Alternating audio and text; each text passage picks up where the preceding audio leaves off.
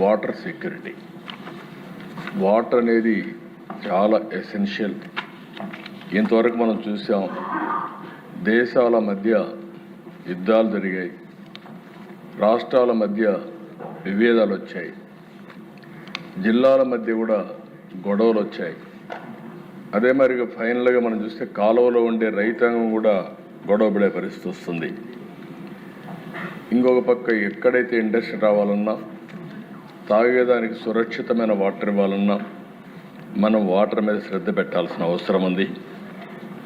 అందుకే అధ్యక్ష, ఈ ప్రభుత్వంలో ఒకసారి చూస్తే గోదావరి పుష్కరాలు ఫస్ట్ టైం నేను సమైక్య ఆంధ్రప్రదేశ్లో ముఖ్యమంత్రిగా ఉన్నప్పుడు గోదావరి పుష్కరాలు తీసుకొచ్చాను. దానికి కారణం ఏంటంటే, అంతకుముందు జరిగేటి కానీ ప్రభుత్వం ముందుకొచ్చి చేయడం. దానికి కారణం మనం ప్రకృతిని ఆరాధిస్తాం, నీటిని పూజిస్తాం. ఎక్కడ చూసినా గంగమ్మ తల్లిని మనం పూజలు చేసే సంస్కృతి ఉండే దేశం ఇది.